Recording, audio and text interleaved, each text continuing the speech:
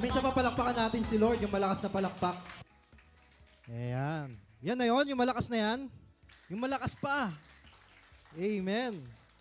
So, good morning po sa ating lahat. Batiin mo nga yung katabi mo. Good morning sa'yo. Ayan. O yung likod naman, sabihin mo, good morning. Ayan. Harapin mo naman, tapos kamayan mo. Sabihin mo, good morning. Amen. Ayan. O yung harap naman, yung harap. Sabihin mo, andito ka pala. Amen. Ayan. So, good morning po sa bawat isa. Welcome po sa ating first Sunday ng August. No, ang bilis ng panahon, ano? August na agad. Amen. Parang kailan lang, parang January lang, ano? Tapos ngayon, August. Tapos next month, Burr months na. Magde-decorate na yung iba sa atin dyan, di ba? Bibili na ng mga Christmas light, mga Christmas tree. Di ba? So, ang bilis ng panahon. Okay? So, maaari yung iba sa atin ngayon ay nagtataka, no? Bakit ako ngayon ang nasa harap ninyo? Asan si Bishop? Asan si Pastor Andrew?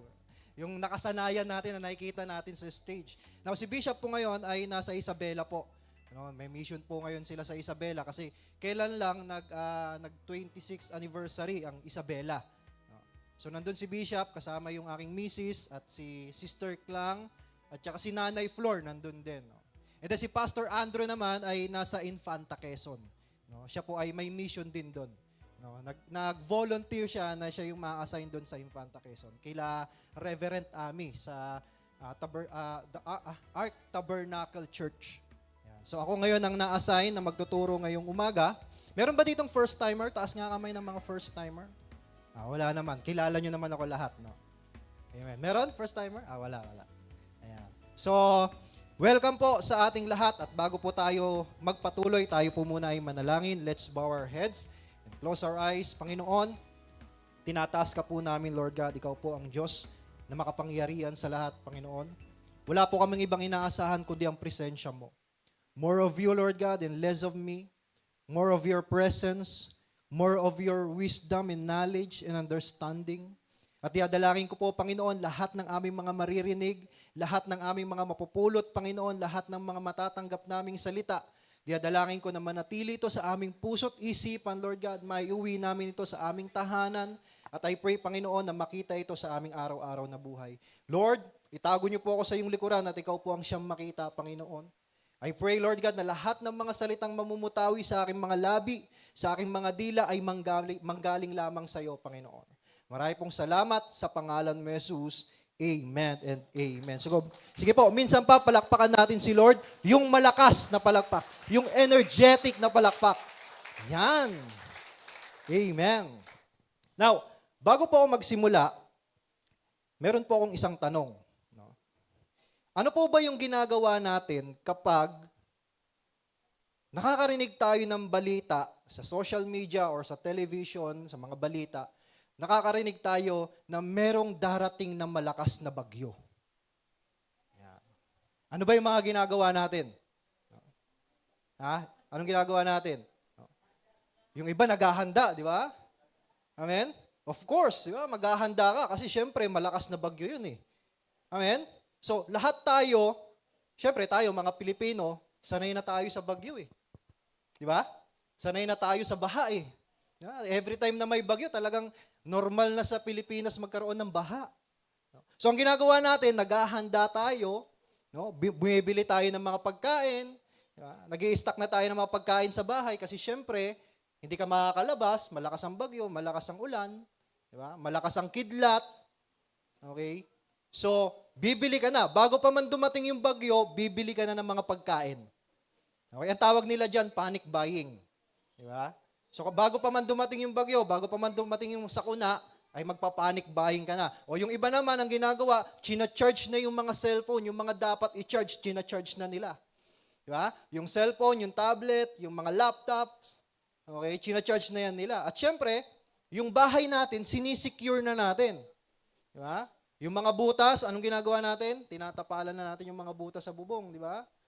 Umaakyat tayo sa bubong, may dala-dala tayong hollow blocks. Para sa inyong hollow blocks? Para pampabigat sa bubong. No? Para hindi tangayin ng hangin. Naalala ko nung yung bubong namin, bulok-bulok pa. Umakit ako sa bubong, may dala-dala akong hollow blocks eh. No? Yung iba naman, gulong. O, di ba? Yung iba, semento. Diba? Para lang hindi liparin ng hangin yung mga bubong nila. O, yung iba naman, dahil walang pantapal, anong ginagawa nila? Nagsasabit sila ng balde. Yan, balde, di ba? Para hindi mabasa yung sahig. O kaya naman, naglalagay sila ng mga planggana. Yun naman ay mga paghahanda lang natin kapag may dumating na sakuna. At syempre, tayo po ay nananalangin. Meron ba dito mga nananalangin kapag may malakas na bagyo? O baka naman naghihintay lang, ang tagal naman matapos ng bagyo eh. No? Syempre tayo nananalangin bilang mga Kristiyano, di ba? Pinagpipray natin that everyone will be safe. Pero ito pa isang tanong. No? Meron pang isang tanong. Ano ba ang mas mahirap? Yung nararanasan nating bagyo sa labas o yung nararanasan nating bagyo sa loob? Ano ba ang mas mahirap i-endure? Ano ba ang mas mahirap tiisin? Ano ba ang mas mahirap i-overcome? No? Yung malakas na ulan? Yung malakas na kulog at kidlat? Yung malakas na bagyo? O yung malakas na pagsubok na nararanasan natin sa personal na buhay natin? Amen? Minsan, ang pinakamalakas na bagyo ay hindi yung may malakas na ulan. Minsan, ang pinakamalakas na bagyo ay hindi yung may malakas na hangin, yung may malakas na kulog at kidlat. Minsan, yung pinakamalakas na bagyo na pwede natin maranasan sa ating personal na buhay ay yung broken marriage, broken heart, financial crisis, pressure sa pamilya, pressure sa future, pressure sa pag-aaral, di ba? Pressure sa sakit at karamdaman. Amen? Minsan yan yung pinakamalakas na bagyo sa buhay natin eh. Poverty, bankruptcy, di ba? Conflict sa pamilya, laging nag-aaway, laging may bangayan, laging may pagtatalo, laging may plato na lumilipad, di ba? Amen? Minsan yan yung pinakamalakas na bagyo sa buhay natin eh. Nawawalan tayo ng love lives. Di ba? Nawawalan tayo ng members sa pamilya. Okay? May mga prayer tayo na hindi natutupad. Minsan, merong season sa buhay natin na parang hindi natin nararamdaman ang pagkilos ng Panginoon. Okay? At kapag minsan, nararanasan natin yung mga bagay na yan, wala tayong ibang magawa, kundi magluksa na lang. Maging malungkot na lang, damdamin na lang yung pagsubok na nararanasan natin. Tiisin na lang yung mga pagsubok na nararanasan natin. Okay? Yung iba, minsan, ang ginagawa nila, nagpapanggap na lang sila na okay sila. Kahit hindi naman talaga sila okay. Tama ba? Amen? Yung nakaka-relate, sabihin nga, ang dami Di ba? Minsan magpapanggap ka na lang na okay para hindi malaman ng mga anak mo na hindi ka pala okay. Na meron ka palang pinagdadaanan. Di ba? Minsan tatawa-tawa ka na lang, ngingiti-ngiti ka na lang para hindi makita ng asawa mo na meron kang pinagdadaanang mabigat. Isa pa ulit. Di ba? Diyan tayo magaling eh, kung tutuusin. Magaling tayong magpanggap. Magaling tayong magkunwari na okay lang. Kaya nga minsan kapag tinatanong mo yung kapwa mo, uy, kamusta ka na? Okay lang. Okay lang. Di ba? So maraming mga tao mukhang okay, pero sa loob nila, may bagyo na pala. Meron na palang bagyong pinagdadaanan. Okay? Kaya naman, ngayong umaga, yan po ang pag-uusapan natin. No? Paano natin ma-overcome yung mga bagyo sa buhay natin? So ang title ng topic natin ngayon, From Fear to Faith. Everybody say, From Fear to Faith. Isa pa, yung malakas, From Fear to Faith. Yan. So kadalasan, yung mga difficulties sa buhay, yan po ang nagkukos ng fear. Okay? Yung mga nararanasan nating mabigat, minsan yan ang nagdudulot sa atin ng takot. Okay? Kaya nga nabubuo yung takot kasi mayroon kang naranasan na hindi maganda. Di ba? Natatakot ka na sa bagyo. Bakit? Kasi minsan ka nang nabaha. Natatakot ka na sa COVID kasi minsan ka nang na-COVID. Okay? So minsan yung mga difficulties sa buhay natin na nararanasan natin, yan ang nagkukos ng fear. At kapag napangunahan tayo ng fear, mawawalan ka na ng gana, mawawala na yung courage, mawawala na yung excitement, mawawala na yung passion. Amen? Yung faith, minsan napapalitan na ng fear.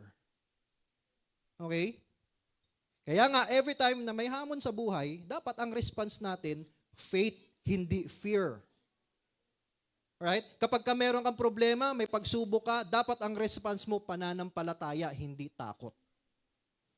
Yes, minsan ka nang lumubog. Yes, minsan ka nang nadapa. Pero huwag kang matakot na madapa ulit. Huwag kang matakot na lumubog ulit. Bakit? Kasi meron ka ng Diyos at dapat mo siyang panampalatayanan. So ito yung tanong na sasagutin natin mamaya. This is our team. No? How can we develop a faith that stands through storms?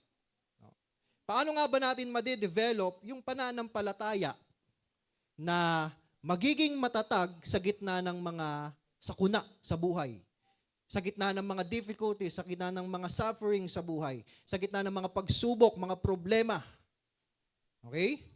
So, kukuha tayo ng example sa isa sa mga sikat na kwento dito sa Bible and probably marami sa atin alam na itong kwento na ito.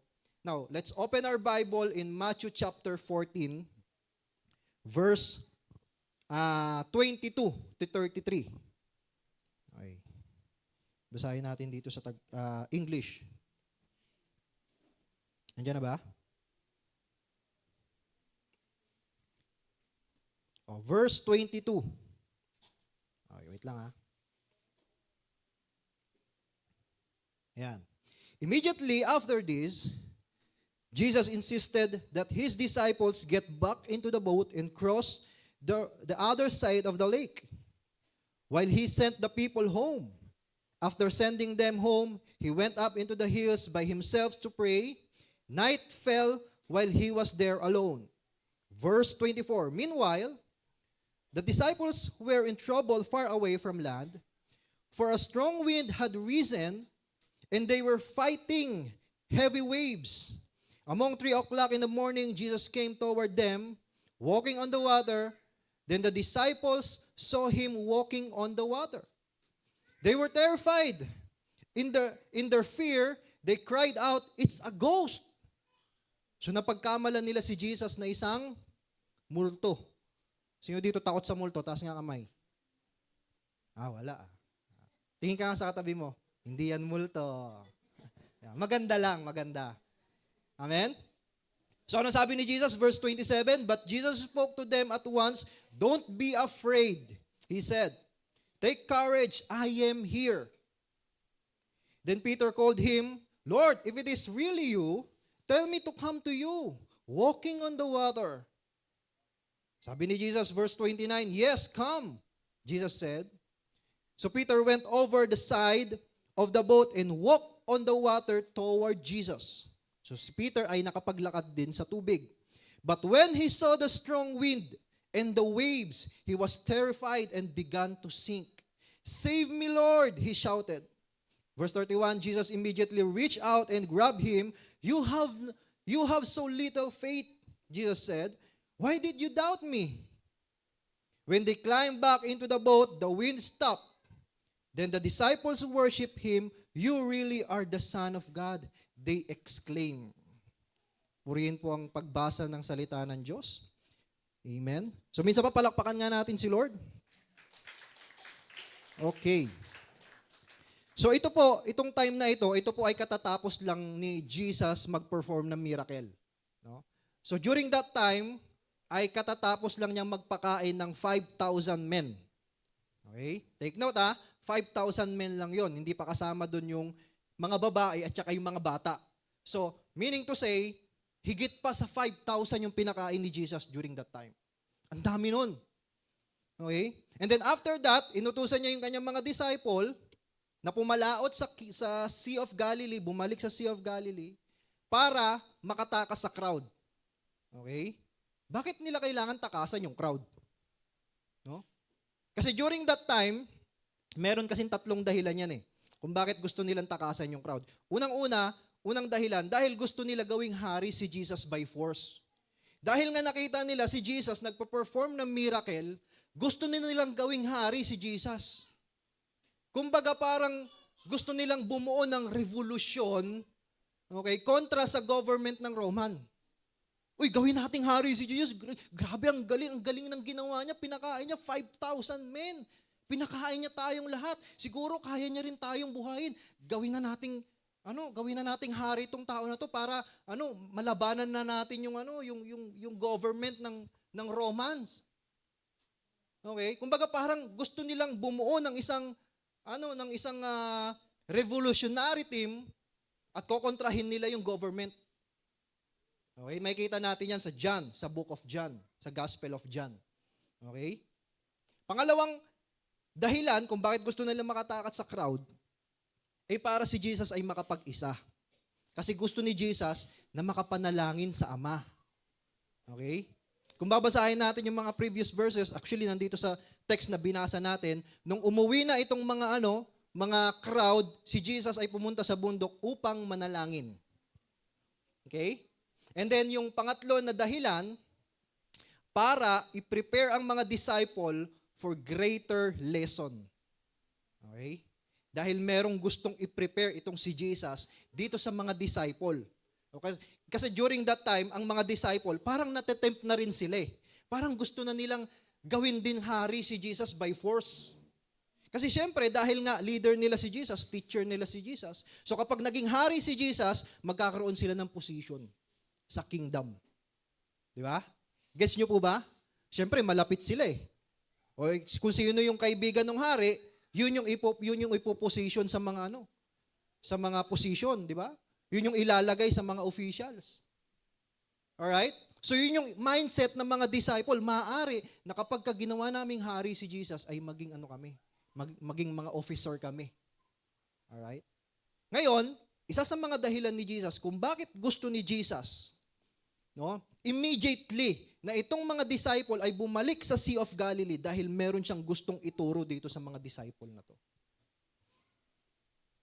Okay? So, nung sila ay nasa laot na, sabing ganon, sila po ay hinahampas ng malalaking alon. O basahin nga natin ulit. Sa verse 24. Sa verse 24. Meanwhile, the disciples were in trouble far away from land, for a strong wind had risen and they were fighting heavy waves. Okay? So nung pumalaot na sila, hindi madali yung kanilang pagpapalaot. Kasi during that time, merong bagyo. Okay? Merong malakas na alon, merong malakas na hangin. Okay? Although walang ulan, wala namang binanggit diyan na ulan, pero malakas yung hangin, malakas yung bagyo. Okay? Kasi bigyan ko lang kayo ng konting background sa Sea of Galilee. Yeah. Medyo mag-aano muna tayo ngayon, it is Lance. Yeah. It is Carl. Magagano muna tayo. Kasi ang Sea of Galilee, nakalimutan ko mag-send ng picture ng Sea of Galilee. Ito po ay nakilala bilang lawa na palaging merong bagyo. Okay? Kumbaga, ang bagyo sa Sea of Galilee, common na.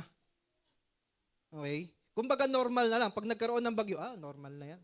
Lagi naman nagkakaroon ng bagyo dyan Okay? Doon nakilala ang Sea of Galilee. And by the way, ang Sea of Galilee, hindi po siya dagat talaga. Siya po ay freshwater lake. No? Kaya lang siya tinawag na Sea of Galilee kasi sobrang lawak niya. Okay?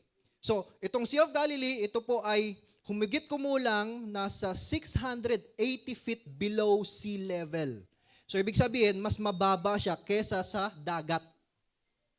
Halimbawa, ito yung sea level. Magbilang ka lang ng 680 feet. At yun yung level ng Sea of Galilee. Okay? So meaning to say, mas mababa siya sa dagat. Ngayon, yung hangin dun sa ibabaw ng Sea of Galilee, mainit. Kasi nga mababa siya Napapalibutan siya ng mga bundok, napapalibutan siya ng mga burol, ng mga bangin. Okay? Kaya yung hangin sa ibabaw ng Sea of Galilee, mainit. At dahil nga napapalibutan siya ng mga bundok, mga burol, yung mga hangin dun sa bundok, malalamig yun. Okay? Ngayon, kapag yung hangin doon sa ibabaw ng bundok, bumaba yun, ang mangyayari, yung hangin sa ibabaw ng Sea of Galilee, at saka yung hangin sa ibabaw ng mga bundok, pag yun ay nagbanggaan, maglilikha yun ng napakalakas na alon. Nagets nyo? Pag nagbanggaan yung mainit at saka malamig na hangin. So magke-create yun ng malakas na alon at yun yung nagiging bagyo. Laging ganun ang nangyayari. Alright? So itong bagyo na ito, siya po ay nabubuo without warning. Hindi po nila na-detect kasi bigla na lang may bumababang hangin galing sa bundok, babangga doon sa hangin na nasa lake at biglang magkakaroon ng malakas na alon at mabubuo yung bagyo. Okay? At during that time, itong mga disciple, yun ang kanilang nararanasan. Okay? Nagkataon, nung sila ay pumalaot, biglang nagkaroon ng malakas na alon. Biglang nagkaroon ng malakas na hangin. Okay? Ito pa, isa pang importanteng detalye. Alam ni Jesus yung geography ng Lake of Galilee. Alam niya yung background ng Lake of Galilee. Pero ang tanong, bakit doon pa niya pinadala yung kanyang mga disciple? Actually, kung titingnan natin, merong mapa yan eh. For example, wala kasi akong naihanda. Halimbawa, okay, andito yung pinakain ni Jesus yung 5,000 men. Okay? Lalakad lang sila ng konti, nandito na yung kabilang pampang na destination nila. Pero ang utos ni Jesus, huwag kayong maglakad. Ang utos ni Jesus, pumalaot kayo. Pero ang tanong, di ba? Kumbaga parang may madali namang paraan para magkita-kita tayo sa kabilang pampang. Bakit dun pa sa gitna ng lake kung saan maraming bagyo? At alam ni Jesus yun. Alam ni Jesus yung nangyayari. Alam ni Jesus yung background ng Sea of Galilee. Okay? Pero dun pa rin niya pinadala yung kanyang mga disciple. Okay? Alam niya na may darating na malakas na hangin. Alam niya na hahampasin sila ng malakas na alon. Alam niyang mag-i-struggle itong mga disciple niya. And he also know na sa bagyo na mararanasan nila, it is the perfect place kung saan lalago ang kanilang pananampalataya. Okay? Alam ni Jesus ang reason kung bakit gusto ni Jesus na sa lake sila dumaan kasi it is the perfect place para i-reveal yung kanyang kadakilaan sa kanyang mga disciple. Amen? Now, alam niyo po ba, kapag may bagyo din sa buhay natin, wag tayo kaagad magrereklamo sa Panginoon. Ano ba yan, Panginoon? Active naman ako, Lord, pero bakit itong pinaranas mo sa akin? Lagi naman ako nagsisimba, pero bakit parang rejected ako palagi? Hindi ako natatanggap sa trabaho. Yung mga business ko laging nababankrupt. Lagi ako nagkakasakit. Yung pamilya ko laging nagkakasakit. Bakit ganito nararanasan ko, Panginoon? Huwag tayong magreklamo kaagad. Minsan, yung bagyo sa buhay natin, inaalaw yan ng Panginoon para diyan ka pa mas lumago sa pananampalataya. Amen? Baka inaalaw lang yan ni Lord para mas mag-grow ka pa sa faith mo. Minsan, inaalaw lang yan ni Lord para mas ma-reveal sa'yo yung kadakilaan niya. Amen? Amen po ba? So bago tayo pumunta sa big idea natin, pag-usapan muna natin yung 5 greatest truth na makikita natin dito sa text natin. Unang-una, number 1. Obedience does not exempt you from storms. Okay? Hindi porket ikaw ay sumunod sa Panginoon, accepted ka na sa mga pagsubok sa buhay. Hindi porket sumunod ka sa Panginoon, mawawala na yung mga problema mo. Alright? So tingnan mo inutusan ni Jesus na sila ay pumalaot. At itong mga disciple na ito, sumunod sila immediately. Alright? Wala silang pagrereklamo. Hindi nila sinabi, Jesus naman, bakit paggabi na eh? Kasi during that time, paggabi na. Sabi nga ng Bible, di ba, si Jesus naabutan na ng gabi sa bundok. So, ibig sabihin, kung si Jesus naabutan na ng gabi sa bundok, yung mga disciple naabutan na rin ng gabi sa laot.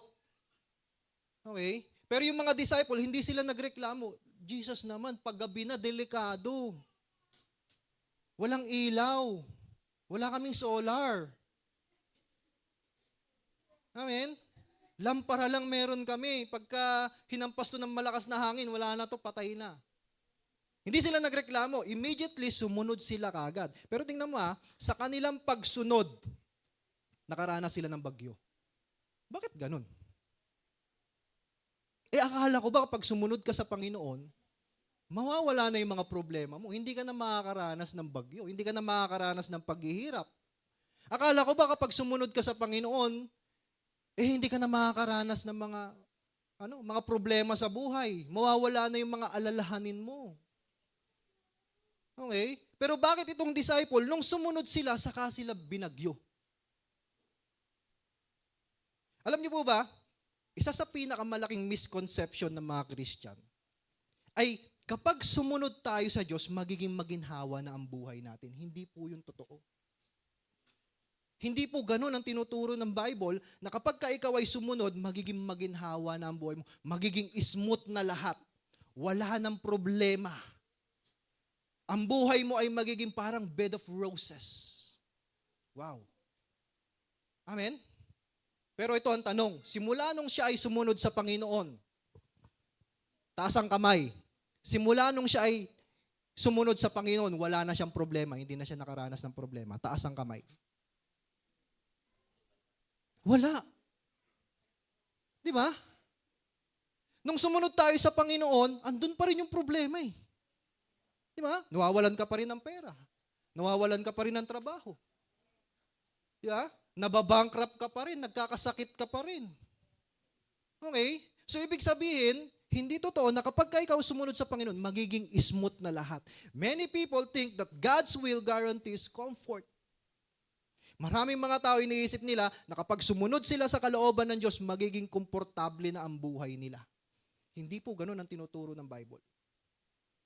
Maraming mga tao iniisip nila na kapag sumunod sila sa Panginoon, magiging successful na ang buhay nila. Mawawala na lahat ng paghihirap, aalisin na ng Diyos.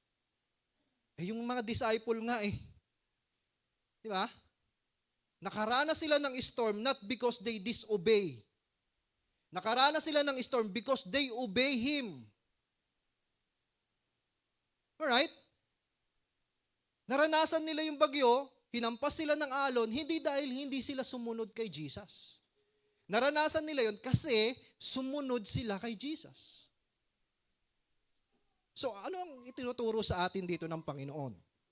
Ito po ay paalala lang sa atin na ang kalooban ng Diyos, minsan, inilalagay tayo sa pinakamahirap na season ng buhay natin, not to destroy us, hindi para tayo ay sirain, hindi para tayo ay pabagsakin, okay? Hindi para tayo ay i-discourage, hindi para ikaw ay mawalan ng pag-asa, hindi para ikaw ay mawalan ng gana sa paglilingkod. Minsan, ang kalooban ng Panginoon, dinadala tayo sa pinakamahirap ng season ng buhay natin para ma-develop yung ating pananampalataya sa Kanya. Amen? Amen po ba? Ako po naniniwala na marami sa atin dito, natuto siyang tumawag sa Panginoon nung nagkaroon siya ng problema. Amen? Bakit? Kasi nung wala kang problema, hindi ka naman marunong tumawag sa Panginoon. Nung maayos pa lahat ang buhay natin, hindi naman talaga tayo marunong tumawag sa Panginoon. Nung akala natin, kaya pa natin yung sarili natin, tumatawag ba tayo sa Diyos? Hindi. Di po ba? Yung akala natin ay kaya pa nating pagalingin yung sarili natin. Yung akala natin kaya nating payamanin yung sarili natin. Hindi pa tayo tumatawag sa Panginoon. Kaya nung nagkaroon tayo ng pagsubok, doon tayo natutong tumawag sa Panginoon. And that's the point. Amen? Kung bakit hindi tinatanggal ng Diyos yung pagsubok, kung bakit hindi tinatanggal ng Diyos yung mga problema, kasi dyan ka lalago. Amen? Diyan ka mas titibay. Okay? Yung ginto nga di ba? Kapag pinadaan mo sa apoy, mas lalong kumikintab Mas lalo siya nagiging pure. Nasusunog yung ibang mga particles at natitira lang yung purong ginto. So ganun din. Minsan pinapadaan tayo ng Panginoon sa apoy para masunog yung ibang mga hindi naman kalooban ng Panginoon sa buhay natin. Para masunog yung pride, para masunog yung kayabangan, di ba? Para masunog yung masyado nating pagiging makasarili. Di po ba? So obedience led them into the storm. Ang kanilang pagsunod sa Panginoon, yun ang nagdala sa kanila sa bagyo. So tingnan natin yung pattern. Si Jesus nagbigay ng command. Sabi niya, pumalaot kayo, bumalik kayo sa bangka, at pumalaot kayo sa Sea of Galilee. And then, the disciple obeyed. At nung sumunod yung mga disciple, then the storm came. Dumating yung bagyo. Yung bagyo, hindi ito ebidensya na na-miss nila ang will of God. Okay? Hindi ito ebidensya na na-miss nila ang kalooban ng Panginoon. Ito po ay patunay na nasa mismong lugar sila kung saan nais ni Jesus na naroon sila. Okay? So meaning to say, maaari na yung pinagdadaanan mo ngayon, gusto talaga ng Diyos nandiyan ka. Okay? Yung pinagdadaanan mo ngayong sakit, maaari na gusto talaga ng Diyos na nararanasan mo yan. Okay? Actually, maraming character sa Bible na kahit sila, nasa kalooban naman ng Diyos, nakaranas pa rin sila ng paghihirap. Tignan mo si Noah. Sumunod naman siya. Amen? Pero nagtiis din siya sa baha. Okay?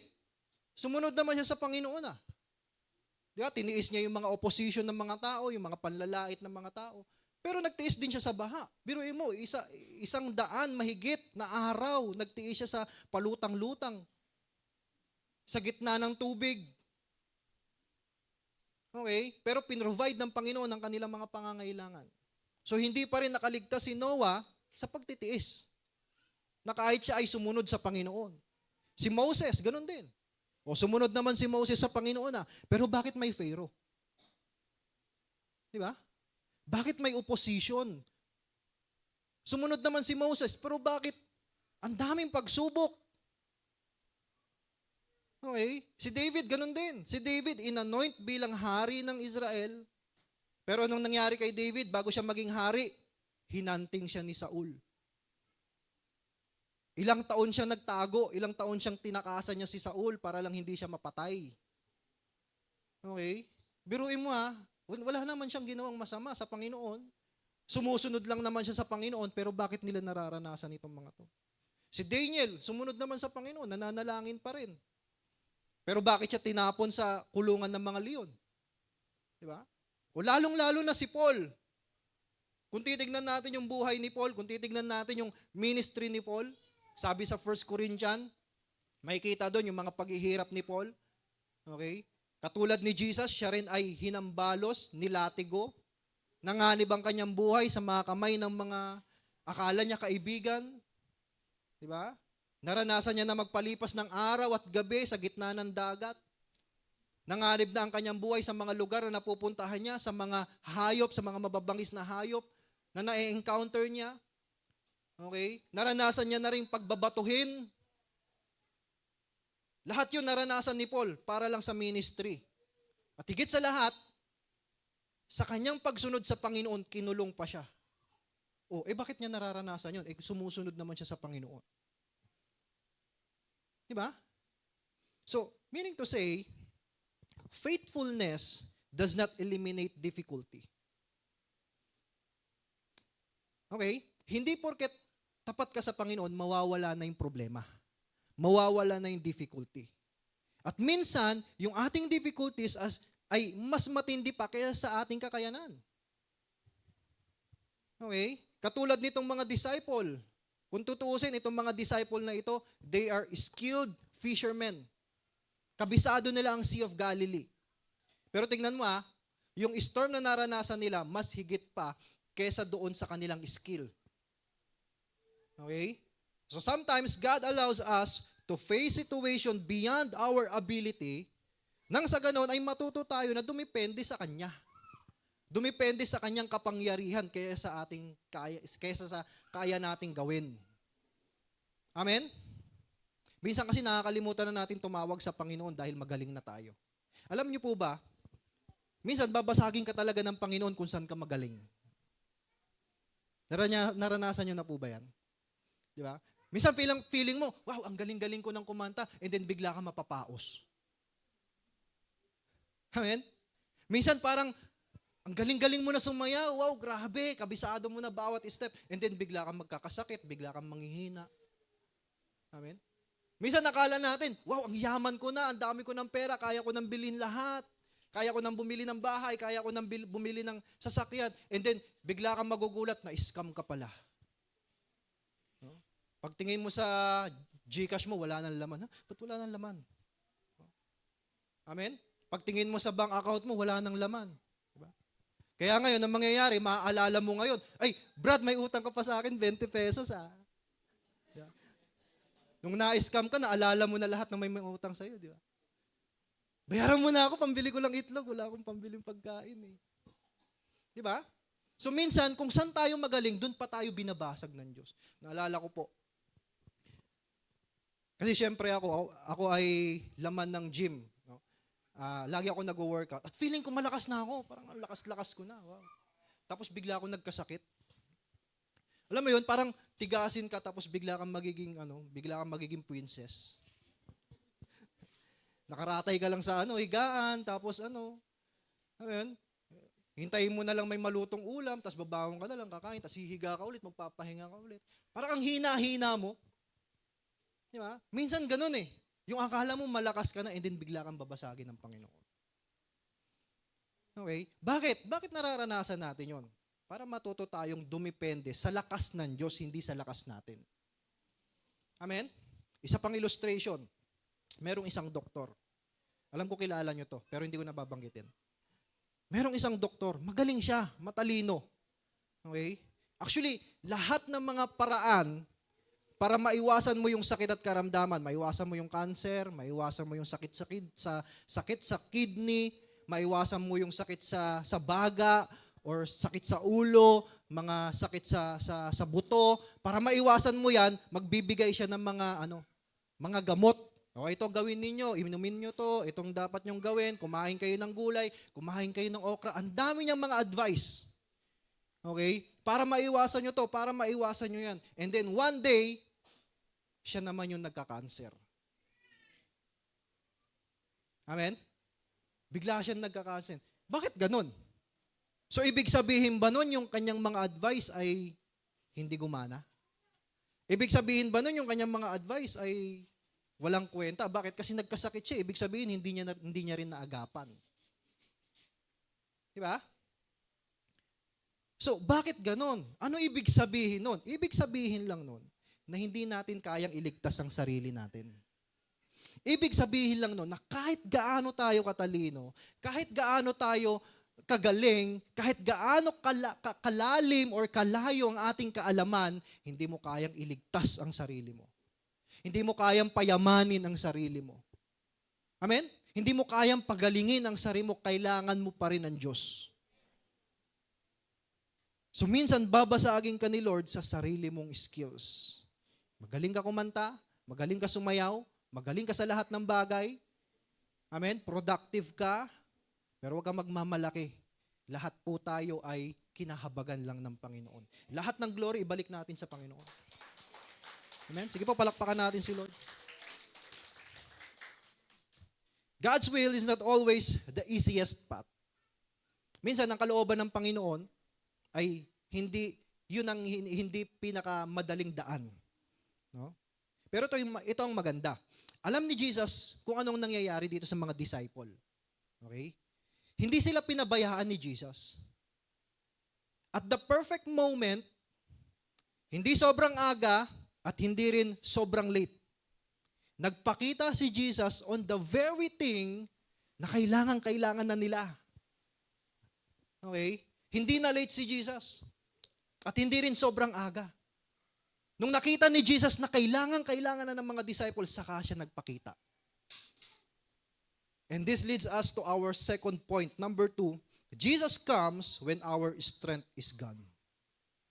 Minsan magpapakita si Jesus. Minsan mararanasan mo si Jesus. Minsan mararanasan mo, makikita mo ang kanyang pagkilos kapag na-realize mo na sa sarili mo na hindi mo na kaya.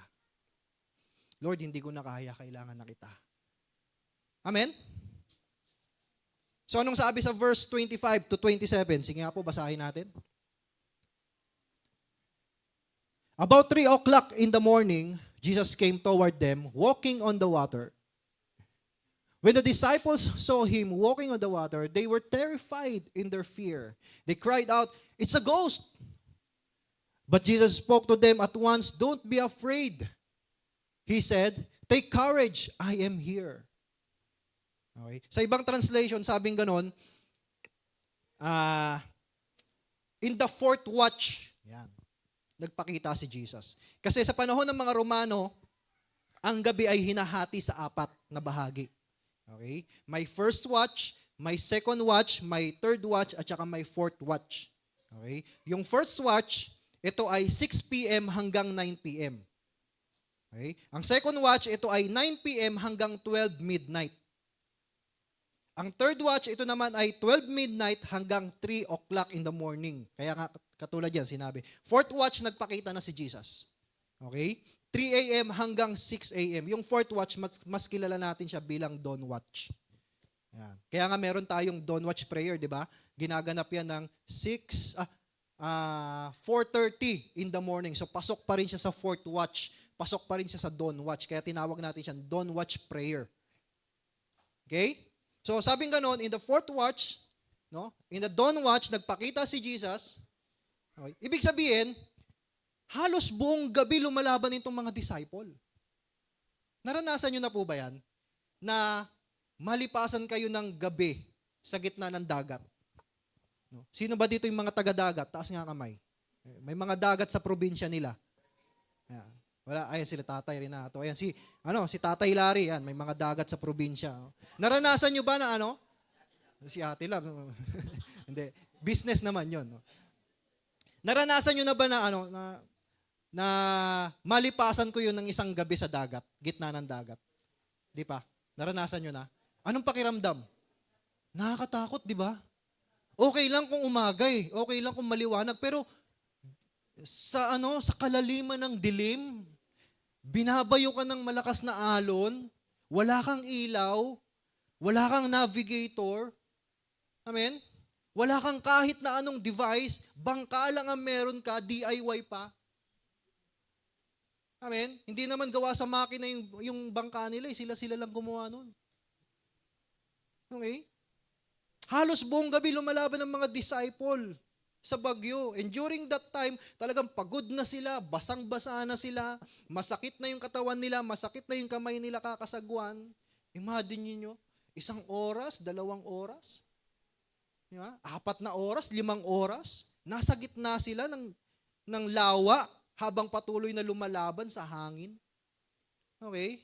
At habang lumilipas ang oras, maaari, itong mga disciple nawawala na ng pag-asa. Okay? O kaya naman, hinihintay na lang nilang magliwanag. No? Para makita nila yung daan. Di ba? Di ba minsan ganyan din tayo? Itong mga disciple na ito, dahil nga ang tagal na nilang lumalaban, maaari na itong mga disciple na ito, tumatawag na rin sa Panginoon, Lord, asan ka, Lord? Bakit wala ka dito sa tabi namin? Kung kailan kailangan ka namin, wala ka. Di ba? Minsan ganyan din tayo, di ba? Kapag nahihirapan na tayo, kapag hindi na natin kaya, di ba napapatawag din tayo sa Panginoon, Lord, asan ka? Bakit di kita maramdaman? Nagpipray tayo, naghihintay tayo. Ginagawa naman natin yung tama, pero parang walang sagot at tahimik lang ang Panginoon. Pero napansin nyo, hindi sinabi ng Bible na nakalimutan ni Jesus itong mga disciple. Hindi sinabi ng Bible na nakalimutan ni Jesus, may disciple pala siya. Ay, may disciple pala ako. Hala. Hindi ganoon ang sinabi ni Jesus. Hindi ganoon ang sinabi ng Bible. Okay? Hindi siya nagulat na may bagyo pala. No? Hindi siya nagulat na may hangin. Ay, may bagyo pala dyan. Akala ko wala.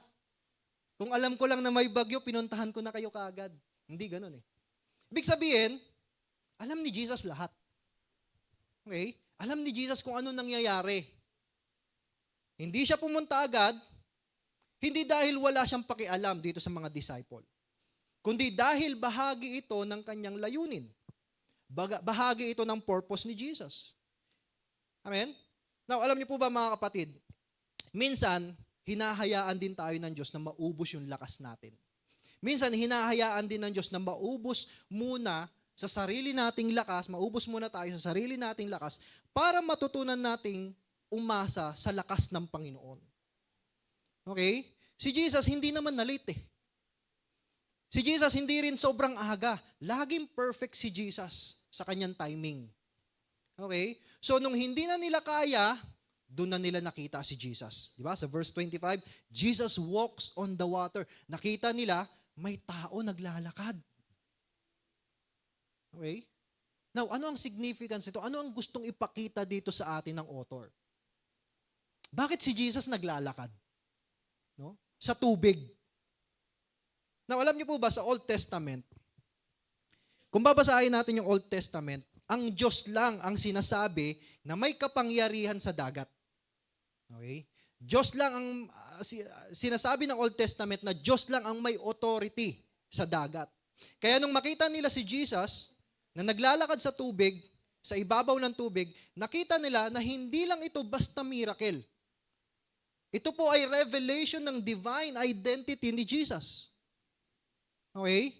Hindi lang ito basta miracle, hindi lang ito basta himala na nakita nila si Jesus na naglalakad sa tubig.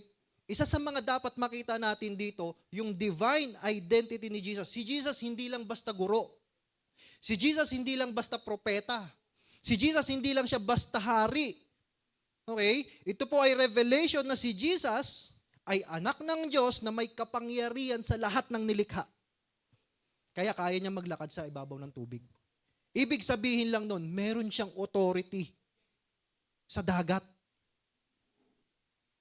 Kung bakit hindi natin kayang maglakad sa ibabaw ng dagat? Kasi wala naman tayong authority sa ibabaw ng dagat. Wala tayong authority sa dagat. Si Jesus lang, ang Diyos lang ang may authority sa lahat ng nilikha.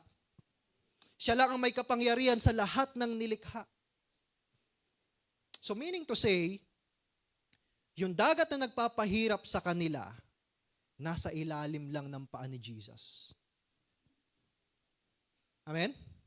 Yung alon na halos lumunod sa kanila, yung alon na halos pumatay sa kanila, tinatapakan lang ni Jesus. Mga kapatid, dito po tatandaan natin, yung mga bagay na minsan bumabagabag sa atin, alam niyo po ba, nasa ilalim lang yan ng kapangyarihan ng Diyos. Bakit ka matatakot dyan?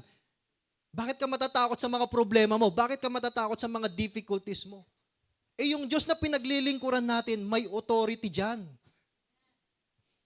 Amen? So dahil may authority si Jesus sa mga problema natin, isumbong mo na lang kay Jesus. Di po ba?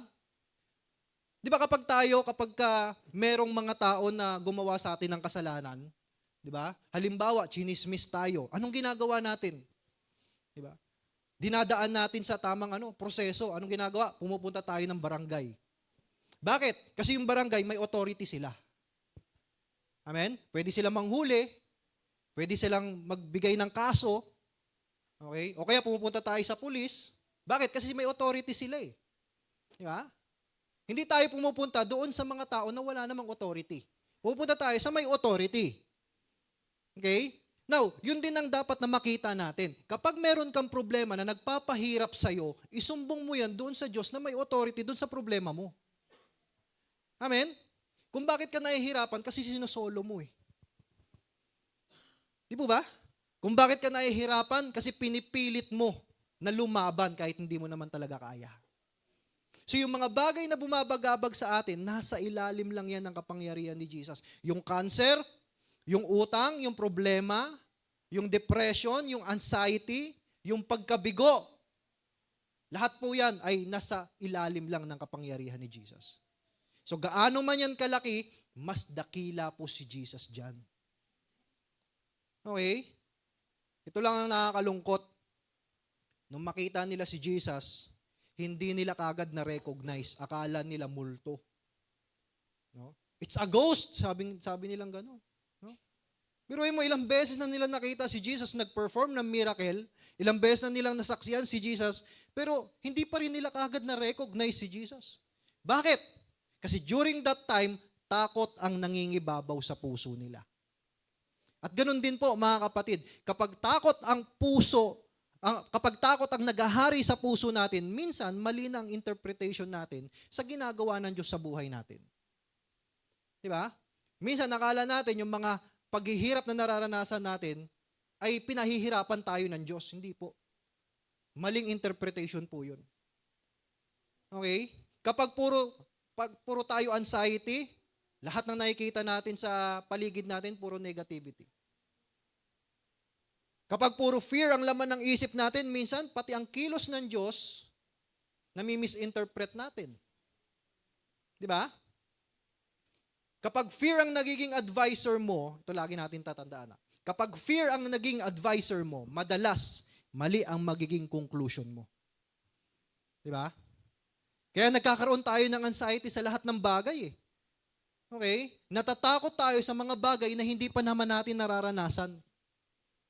Kaya nagkakaroon tayo ng conclusion sa isip natin, no? Na hindi naman talaga nangyayari. Akala mo mangyayari, kaya ang nangyayari, natatakot ka. Alam niyo po ba, anxiety produces imagination that worse than the truth. Okay? Ang anxiety, nagpo-produce po yan ng imagination, okay, na mas malala pa doon sa totoong nangyayari naman talaga. Okay? Nagets niyo po ba? No? Minsan iniisip natin, ay kapag nag-commit ako sa Panginoon, baka hindi ko na matutukan yung business ko, baka mabankrupt na yung business ko, baka malugi kapag nag-commit ako sa Panginoon. Pero ang tanong, yun ba talaga yung mangyayari? Di ba? Ay, ayoko magbigay diyan sa church. Kasi hindi naman talaga napupunta sa church yung mga pera diyan eh. Baka napupunta lang yan sa mga pastor o sa mga treasurer. Ang tanong, yun ba talaga nangyayari? Di ba? So dahil sa ating imagination, meron tayong nabubuong conclusion na hindi naman talaga yun yung nangyayari. Kaya ang nangyayari, hindi mo nagagawa yung kalooban ng Panginoon dahil napipigilan ka ng mga imagination mo. Amen? Anong sabi ni Jesus? It is I. Do not be afraid. Ako to. Ano ba pagkakakilala mo sa akin? Ako to. Huwag kang matakot. Okay? Now, hindi lang sinasabi ni Jesus kung sino siya. Okay? Ipinapakilala din dito ni Jesus kung ano siya. Sabi niya, it is I, do not be afraid.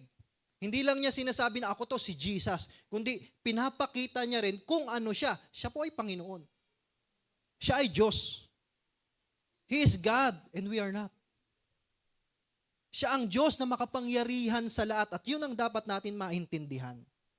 Kapag naintindihan natin yung bagay na yon, na siya ang makapangyarihan sa lahat, hindi mo kailangan matakot. Okay? Hindi ka matatakot kahit gaano pa kabigat yan. Bakit? Kasi naiintindihan mo si Jesus ang makapangyarihan sa lahat. Minsan palakpakan natin si Jesus. Amen? Kaya naman, do not be afraid. Sabi mo sa katabi mo, huwag kang matakot. Isa pa, lakasan mo, baka hindi niya narinig eh. Sabi mo, huwag kang matakot. Amen?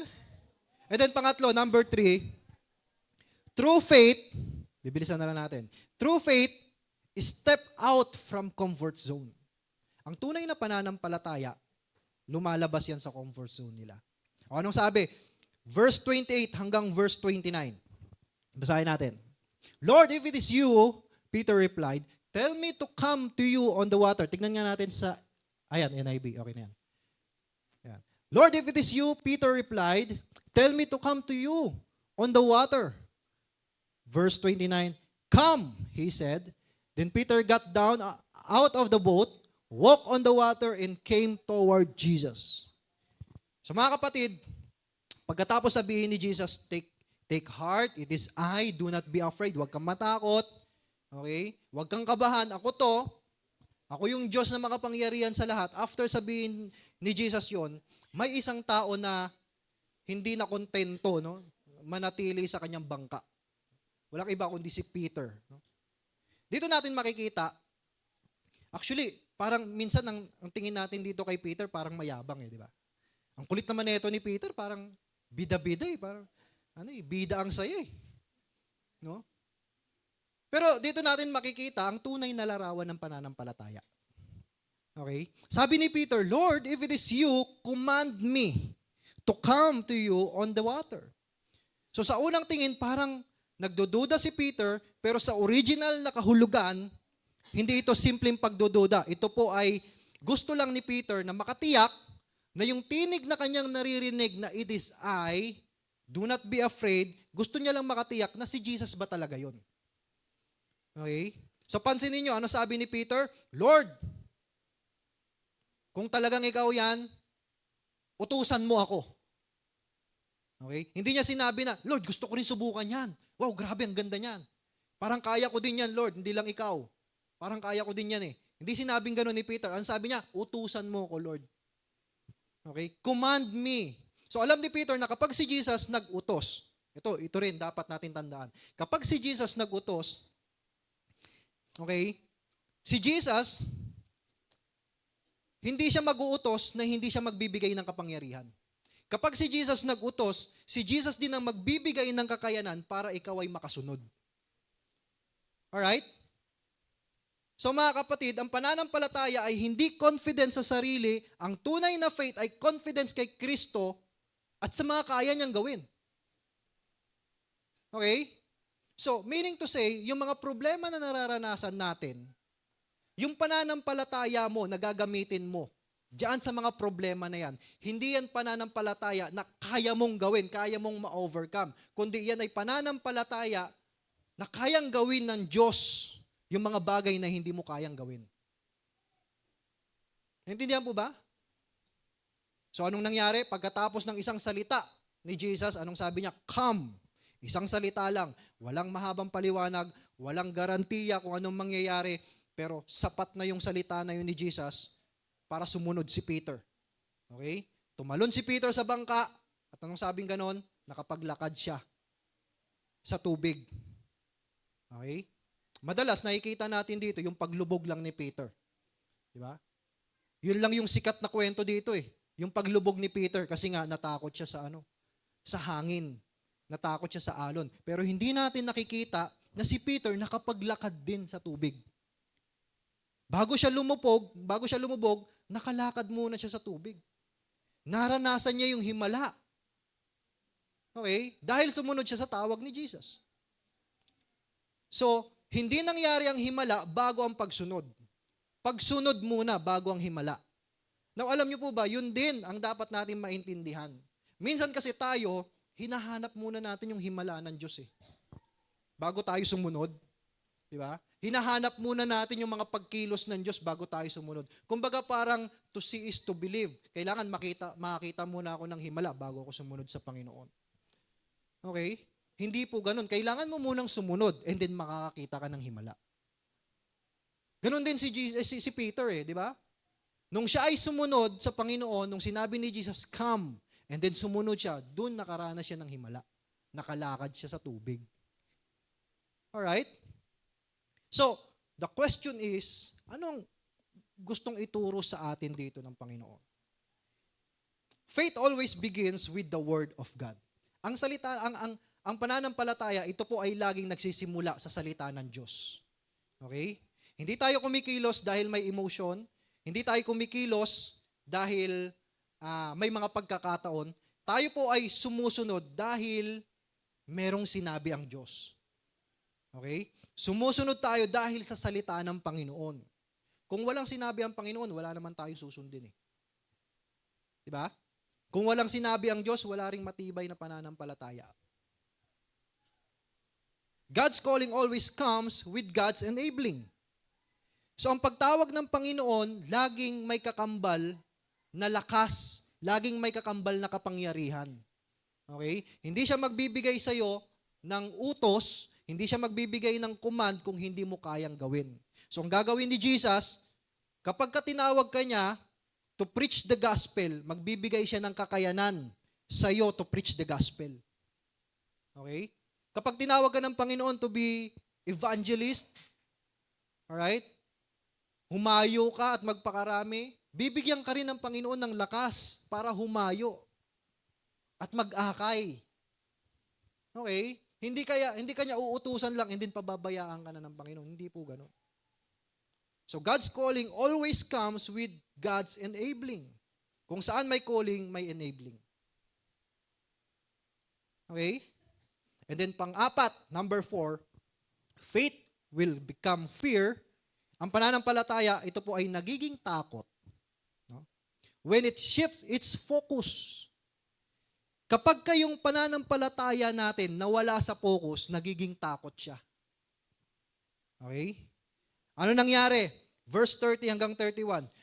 But when he saw the wind, he was afraid. Okay na sana eh. Naglalakad na si Peter eh. Di ba? Nakafocus na siya kay Jesus eh. Gusto niyang makarating kay Jesus. Kaso nga lang, anong sabi? Nung makita niya yung hangin, nung maramdaman niya yung napakalakas na hangin, nakita niya yung alon, natakot siya. So tingnan mo yung faith niya kay Jesus, naging fear. Bakit? Kasi nabaling yung kanyang focus. So mga kapatid, napansin ba din nyo na si Peter hindi naman lumubog agad eh. Okay? Hindi siya lumubog agad. Sabi ng Bible, siya ay unti-unting lumubog. So nandun pa rin yung grace ng Panginoon. Amen? Nung makita niya yung malalaking alon, malakas na hangin, may nakita siyang panganib, habang nakatingin siya kay Jesus, nagagawa niya yung mga imposible. Pero nung nakita niya na yung alon ay parang mas malaki pa kay Jesus, doon na siya natakot. Alam niyo po ba ang takot? Minsan nabubuo ito kapag nakikita natin yung problema natin na mas malaki pa kay Jesus. Okay? Kapag nawawala na yung focus natin kay Jesus, doon na tayo natatakot. Amen? Kaya lang naman lumalaki sa atin yung problema natin kasi masyado nating nilalapitan eh. At kung bakit lumiliit si Jesus, kasi nilalayuan natin. Okay? Napansin niyo po ba, kung saan ka malapit, yun yung mas malaki sa'yo. At kung saan ka malayo, yun yung mas maliit sa'yo. Di ba? Yung bundok, dahil malayo sa'yo, parang maliit lang sa'yo eh. Pero kapag nilapitan mo, ang laki pala. Guess niyo po ba? Amen? Yung mga bus, yung mga truck, kapag malayo ka, parang laruan lang eh. Pero pag nilapitan mo, sobrang laki pala. Yung mga gulong, parang akala mo, parang gulong lang ng tricycle. Pero kapag nilapitan mo, ay, ang laki pala. Di ba? Alam niyo po ba, ganun din ang problema. Bakit siya nagiging malaki sa atin? Kasi nilalapitan natin masyado. At si Jesus, nagiging maliit sa atin kasi nilalayuan na natin si Jesus. Okay? Nawawala na tayo sa focus. Kapag ang focus natin nasa problema na, kapag ang focus natin nasa bills na, kapag ang focus natin nasa pamilya na, okay? Kapag ang focus natin nasa future na, unti-unti nang nawawala ang ating pananampalataya. Amen? Ang problema ay hindi naman yung laki ng bagyo eh. Ang problema ay lumiliit ang tingin natin kay Jesus. Okay? Pero itong maganda. Itong magandang balita. Kahit na si Peter ay nagsimulang lumubog, hindi siya pinabayaan ni Jesus. Okay? Hindi siya iniwan na lang ni Jesus, maliit yung pananampalataya, bahala ka dyan. No? Hindi siya iniwan na lang ni Jesus eh. Anong sabi ng Biblia? Immediately, Jesus reached out His hand. Agad-agad, nung nakita niyang lumulubog na si Peter, agad-agad, inabot niya yung kanyang kamay at iniangat niya si Peter, tinulungan niya agad si Peter. Itong maganda. Okay? Tutulungan ka muna ng Panginoon bago kanya pagalitan. Yes, nagkakamali tayo. Diba? At hindi mawawala yung disiplina ng Panginoon. Pero bago kanya disiplinahin, tutulungan ka muna niya. Okay? Tutulungan ka muna niya sa mga paghihirap mo, sa mga problema mo. No? Hindi mo na siya magagalit. Hindi mo na siya magpapakita ng parusa. Ililigtas ka muna niya. Okay? Kapag tayo ay nadadapa, hindi siya tumatalikod. Kapag tayo ay nangihina, hindi niya tayo iniiwan. Di ba? Hindi niya tayo sinisigawan. Okay? Hindi niya tayo dinidiktahan, hindi niya tayo di ba? Hindi niya tayo sinasabihan na, bakit? Nung ginawa mo yung kasalanan mo na yan, tumatawag ka ba sa akin? Lumalapit ka sa akin? Ngayon na lumulubog ka na, lalapit-lapit ka sa akin? Wala tayong naririnig na ganun sa Panginoon eh. Di ba? Amen? Kapag tayo lumapit sa Panginoon at sumigaw tayo ng Panginoon, iligtas mo ko. Immediately, agad-agad, i-reach out ng Panginoon ang kanyang kamay at tutulungan niya tayo. Amen? Handa niyang abutin yung kanyang kamay para tayo ay tulungan. Amen po? So faith grows when our eyes stays on Jesus. Fear grows when our eyes stay on the storm. No? Ang ating pananampalataya, lumalago yan kapag yung ating paningin ay nananatili sa Panginoong Jesus. Okay?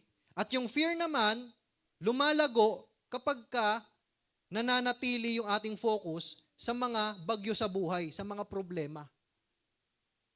Amen? So ngayon, no? Pagkatapos iligtas ni Jesus si Peter, ano nangyari? Okay? Hindi lang basta natigil ang bagyo, meron pang mahalagang nangyari. At ito na yung number 5 natin. Every storm should lead us to worship. Okay? Bawat bagyo sa buhay natin, dapat ito ang nagdadala sa atin sa pagsamba sa Panginoon. Okay? Anong sabi? And then those who were in the boat worship Him, saying, truly you are the Son of God. Amen? Nung time na ito, na-realize na nila na si Jesus pala ay anak ng Diyos. Hindi lang siya basta guro, hindi lang siya basta propeta, hindi lang siya basta hari, kundi siya po ay anak ng Diyos. Doon lang nila na-realize, doon lang nila na-recognize si Jesus. Amen? After ng paghihirap, after ng lahat ng mga pagtitiis, na-realize nila, doon nila nakita na si Jesus pala ay anak ng Diyos. Na si Jesus pala ay makapangyarihan. Okay? Amen? At anong ginawa nila? Sumamba sila sa Panginoon. At alam niyo po ba, no? Sa atin dapat ganun din. Yung mga pagsubok na nararanasan mo ngayon, kapag naranasan mo yan, anong ginagawa mo? Okay? Kapag nararanasan mo yan, anong ginagawa mo? Ikaw ba ay nagrereklamo sa Panginoon? O ikaw ay nagsisimulang sumamba sa Panginoon? Diba? Nagsisimula ka bang tumalikod sa Panginoon o nagsisimula kang lumapit sa Panginoon? Nagsisimula ka bang itaas ang sarili mo o nagsisimula kang lumuhod sa harapan ng Panginoon? Diba? Minsan, ang pagsubok, ang problema, ito po ay paalala sa atin ng Panginoon. Ito po ay pagpapalo sa atin ng Panginoon.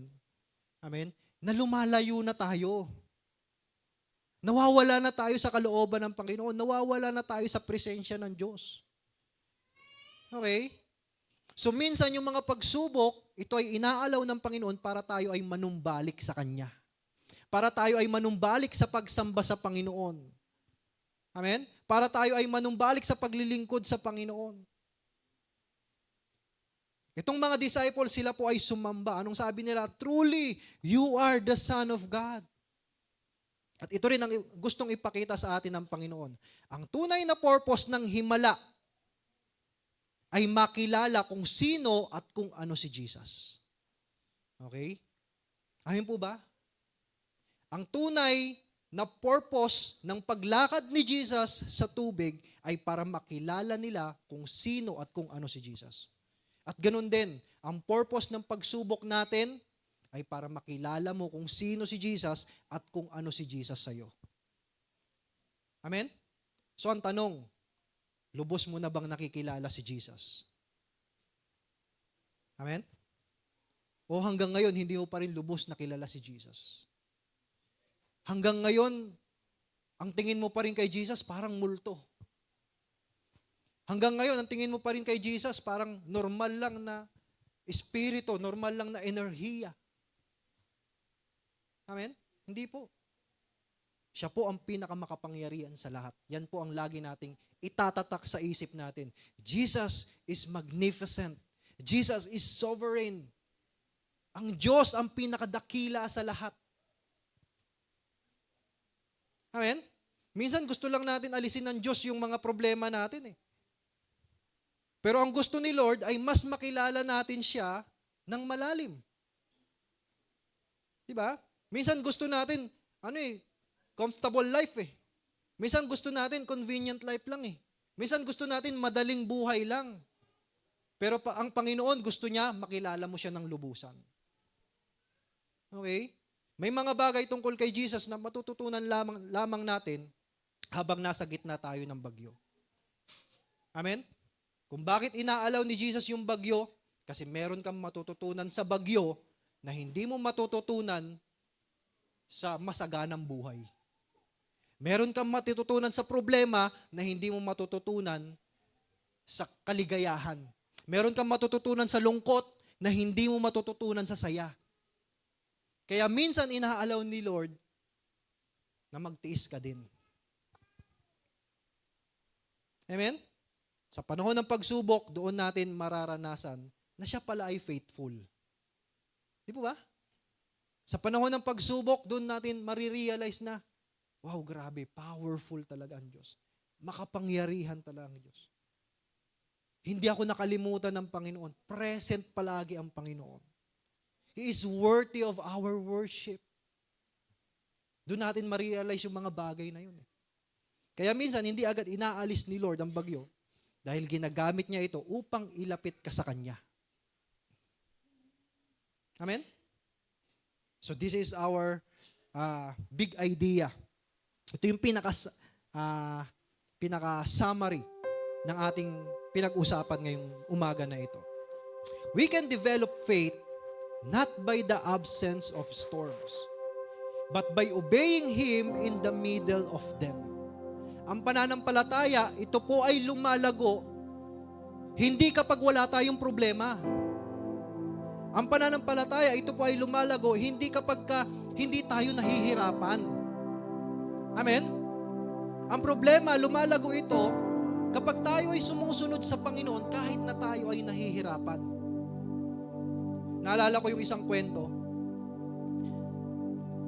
Merong isang lalaki na binigyan siya ng task ng Panginoon. Sabi niya, sa panaginip, na naginip siya, sabi sa Panginoon sa kanya, merong malaking bato sa harapan ng bahay mo.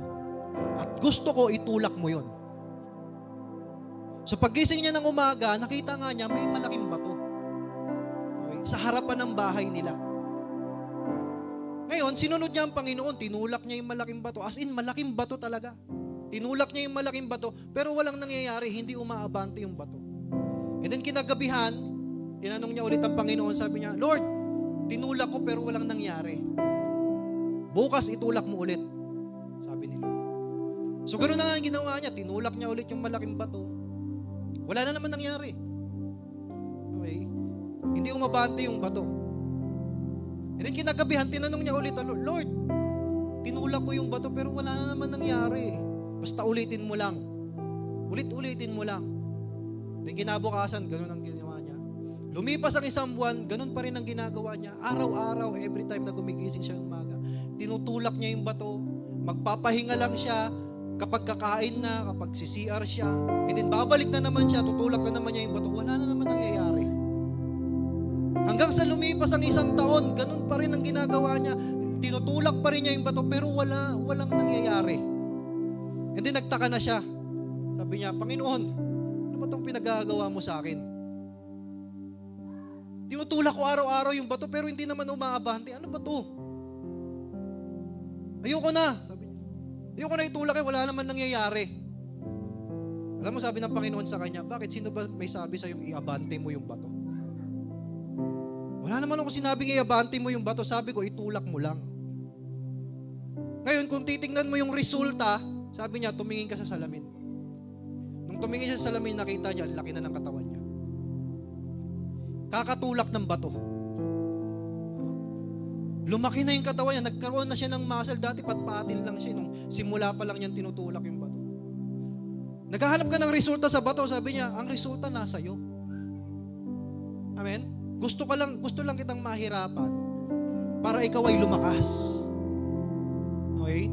Gusto ko lang pahirapan yung katawan mo para lumakas yung katawan mo. At alam niyo po ba, yan din ang mensahe sa atin ng Panginoon. Okay? Yung mga pagsubok, yung mga difficulties na nararanasan natin, minsan yun yung malaking bato sa buhay natin na pinapatulak sa atin ng Panginoon para tayo ay lumakas.